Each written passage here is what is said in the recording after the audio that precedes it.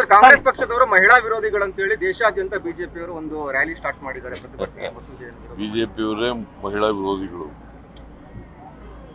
ಮಹಿಳಾ ಮೀಸಲಾತಿಗೆ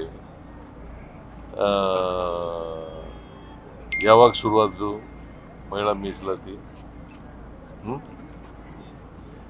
73, 74 ಅಮೆಂಡ್ಮೆಂಟ್ ಮಾಡಿದವ್ರು ಯಾರು? ಅದನ್ನು ವಿರೋಧ ಮಾಡಿದವ್ರು ಯಾರು? 73, 74 ಅಮೆಂಡ್ಮೆಂಟು ಮಹಿಳಾ ಮೀಸಲಾತಿಯನ್ನು ಲೋಕಲ್ ಗೌರ್ಮೆಂಟ್ಸ್ಗಳಲ್ಲಿ ಕೊಡಬೇಕು ಅಂತ ಮಾಡಿದವರು ಕಾಂಗ್ರೆಸ್ನವರು. ಅದನ್ನು ರಾಜ್ಯಸಭೆಯಲ್ಲಿ ಕೆಡುವುದವ್ರು ಯಾರು? ಯಾರ್ರೀ ಗೊತ್ತಾ ನಿಮಗೆ? ಮತ್ತೆ ಇದನ್ನು ಮಾಡಿದವ್ರು ಯಾರು? 73rd, 74th ಅಮೆಂಡ್ಮೆಂಟ್ ಮಾಡಿದವ್ರು ಯಾರು?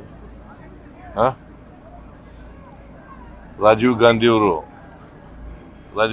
ಯಾವ ಪಾರ್ಟಿಯವರು? ಮತ್ತೆ ಅದನ್ನು ವಿರೋಧ ಮಾಡಿದವರು NDA ವಿರೋಧ ಮಾಡಿತ್ತು. NDA ಅಂದ್ರೆ ಯಾರು? ಬಿಜೆಪಿ. ಮತ್ತೆ ಅವರು ಈಗ ರಾಜಕೀಯ ಮಾಡಲಿಕ್ಕೋಸ್ಕರವಾಗಿ ಡಿಲಿಮಿಟೇಷನ್ ಸೇರಿಸಿ ತಂದಿದ್ದಾರೆ. ನಾವು ವುಮೆನ್ ರಿಸರ್ವೇಷನ್ಗೆ ವಿರೋಧ ಅಲ್ಲ, ಡಿಲಿಮಿಟೇಷನ್ಗೆ ವಿರೋಧ ಅಷ್ಟೇ. ಡಿಲಿಮಿಟೇಷನ್ ಈ ವರ್ಷ